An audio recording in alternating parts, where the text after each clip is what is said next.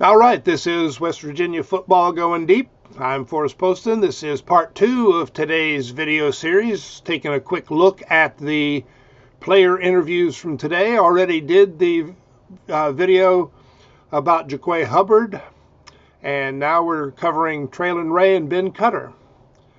And again, more interesting stuff. Not as much because, hey, they're younger guys, not quite as ready to talk as much or as much detail as Hubbard. And Hubbard is something of an exception anyway. Wish Sean Martin would learn a few things from him. It would be interesting to see those two having a conversation. Ray and Cutter, we're talking about a couple of freshmen. You would not know that if you watch the interviews, and you should watch the interviews. The maturity level in these guys is impressive. You couldn't tell so much with Ray, but with Cutter, physically impressive as well. It's not a question of blocking him. He is a block. But talking about Ray first, Hubbard mentioned that unless the team is picked first, it's still a snub. Ray, much the same thing. Still feel the team is not properly respected. Still got the chip on their shoulder. He came in with a chip on his shoulder because his high school team was not exactly highly rated, and he knew the situation at West Virginia coming in. And in the recruiting, they said basically he was offered an opportunity, told he would have to earn the playing time. And that was what he wanted to hear. He did not want to be told, come on in, you will play for us. He wanted the opportunity. He wanted to earn it. And again, that's the kind of guy you want. Well, it's the kind of guy I want on the team anyway. Changes for this year,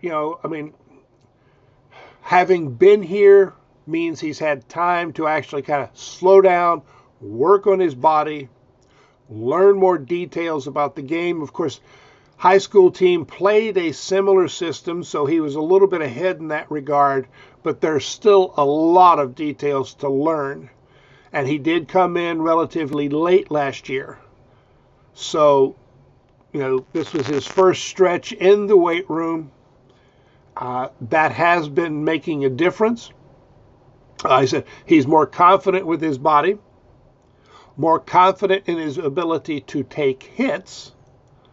It's got him coming out of his breaks quicker, and he has learned how to pay attention to what his body is telling him and to actually take care of it, rehab, rather than just trying to ignore it and play through it.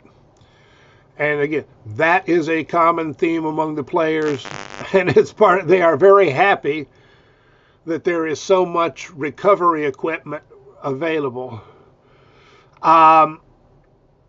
He said, he wanted to play. He didn't anticipate playing. And, of course, he would not have played nearly as much if things had worked out with Bram or even with Carter. Carter was injured a good bit of last year with this and that, and it wasn't always talked about. But he did credit Carter with, helping quite a bit. He said, he was an important vocal leader in the room. And that is not the sort of thing that we get to see. We can watch the games, we can watch the interviews, so we kind of have to hope people give us some insight into what's going on. Goals for this year. Yeah. Hey, he's hoping for a 1,000-yard season. one of the reasons he's hopeful, he says, is because of Garrett Green. Having Green as his quarterback makes him feel like 1,000 yards is possible. But if he doesn't get the 1,000 yards because one of the other receivers does, that doesn't bother him. Team first, individual goals come in no higher than second. He didn't say that, but that's kind of how it has to work out. But yeah, it is a team room. They support each other.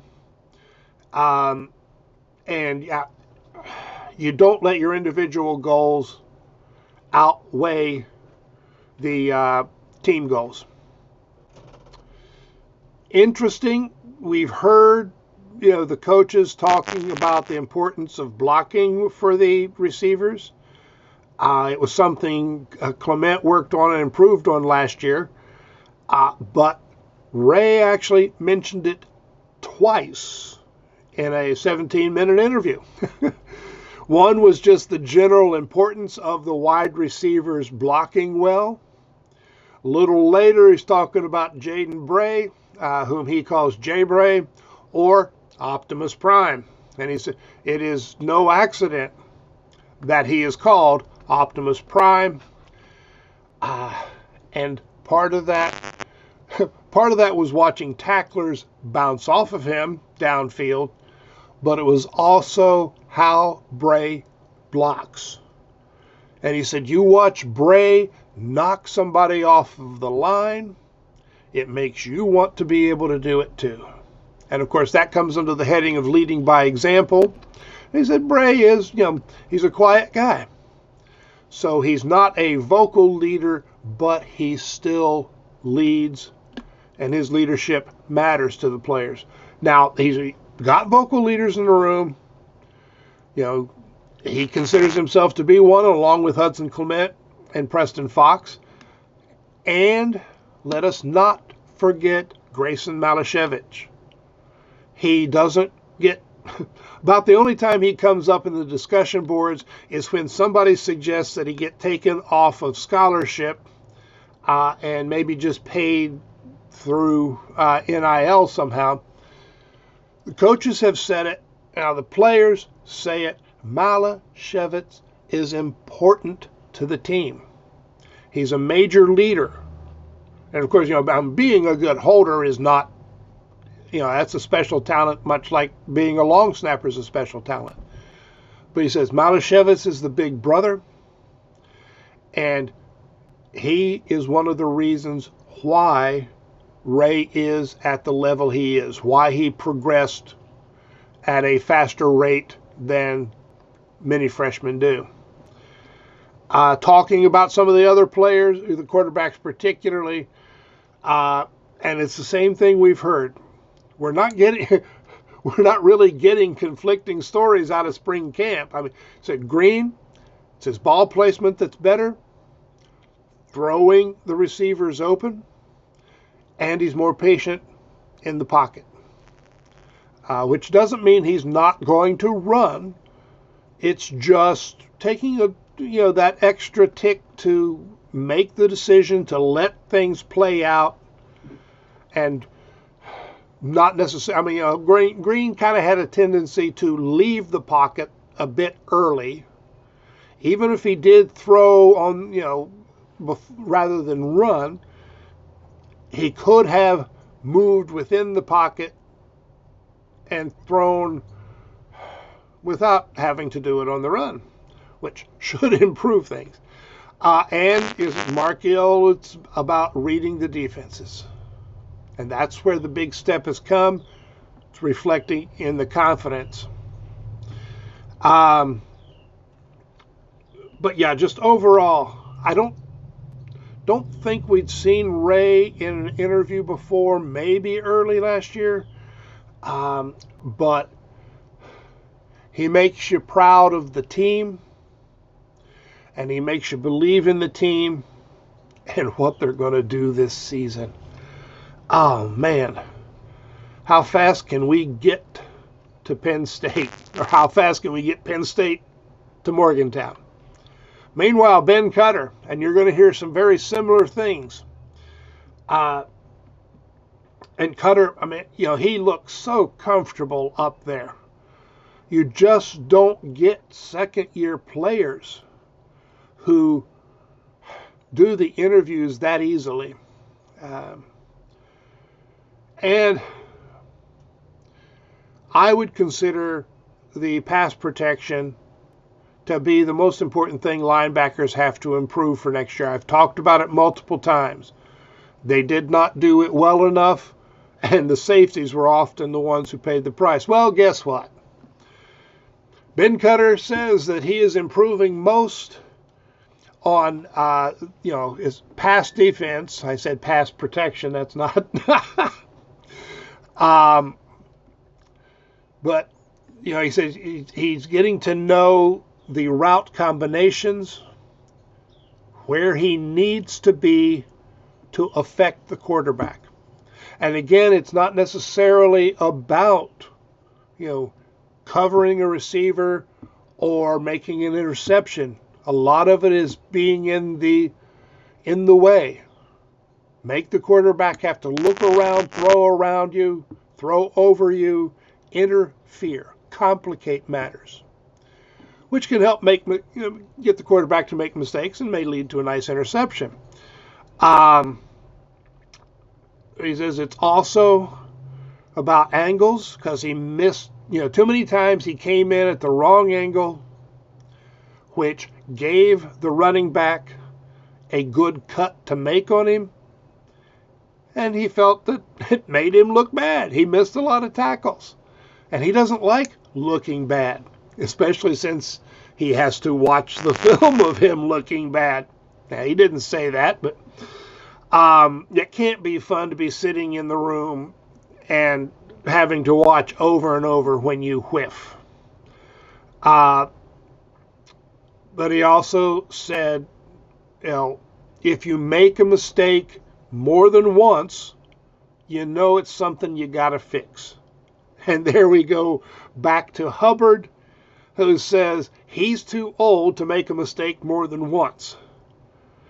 Well, Cutter is kind of saying the same thing. Hubbard said it's freshmen who make mistakes more than once. And Cutter, well, he saw it on film. He made the mistakes more than once.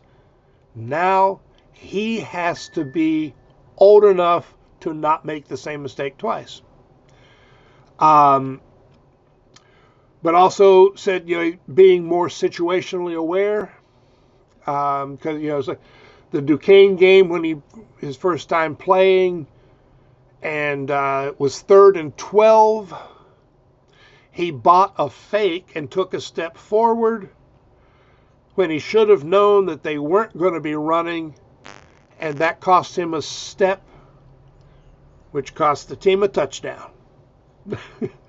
So he knows what he has to work on. He has no problem admitting it, and he's working on it. That is what you ask from your players. Own it, fix it. Also said, everybody on the team has gotten stronger, but he is also learning more about, use of hands and leverage, because you got to be good at these things when you're 225 pounds and the guy coming after you is maybe 310. You have to find a way to create an advantage. And leverage is advantage. Back when I was teaching and I had guys who told me they didn't like physics, I was teaching English, but hey, if they played a sport, hey, what about basketball? The angle, the force, all of this to make a shot, that's physics. So when the coaches are talking leverage, hand placement, all of this, it's physics. So football can teach you many things. Like Ray, he has said he's learning the importance of taking care of his body because you have to maintain both weight and speed through the season. And of course, again, that's similar to what Hubbard, of course, he wasn't learning to maintain weight so much as lose it. But yeah, you have to, there's a lot outside of the game that matters. That's what these guys are learning. They've bought into it. You can see that they are not just repeating it. They have bought into it. They were told, but now they know. They believe. Is it linebacking room? Currently 7 guys since Favres is injured, but really overall 8 who are hungry to play, know the playbook, and are out there competing hard. And he said, you have to compete hard because you look at the other guy and, if you're kind of having an off day, you realize he's doing better than you and you feel the need to up your game. Talked a little bit about culture. I don't think they said the culture word, but if you have talent but no leaders, you have a bad team. If players on defense are selfish and they're not doing their job, you have a bad team.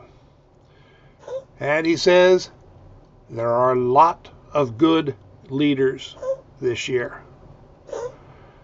And that should correlate to we have a good team. And if you watch these guys in interviews, we have a good team. Oh, man. Spring practice is going to be over pretty soon, and I'm not going to have all this stuff to talk about, but I'm still going to be getting excited. And I forgot to mention the other interview. I will be doing a post-game live show right after the spring game ends. I have not seen any information yet on where it will be streaming. The last I saw was that information will be coming. Hopefully it's coming pretty soon. I will probably have to subscribe to wherever they are showing it. I will do what it takes to see it so I can come on afterwards and talk about it. Alrighty. Please subscribe, click thumbs up, make comments. Let me know whether you like having this done in 2 shorter videos rather than 1 long one. And I'm going to go figure out what I'm talking about in the next video. Thanks for watching, guys, and I will see you later.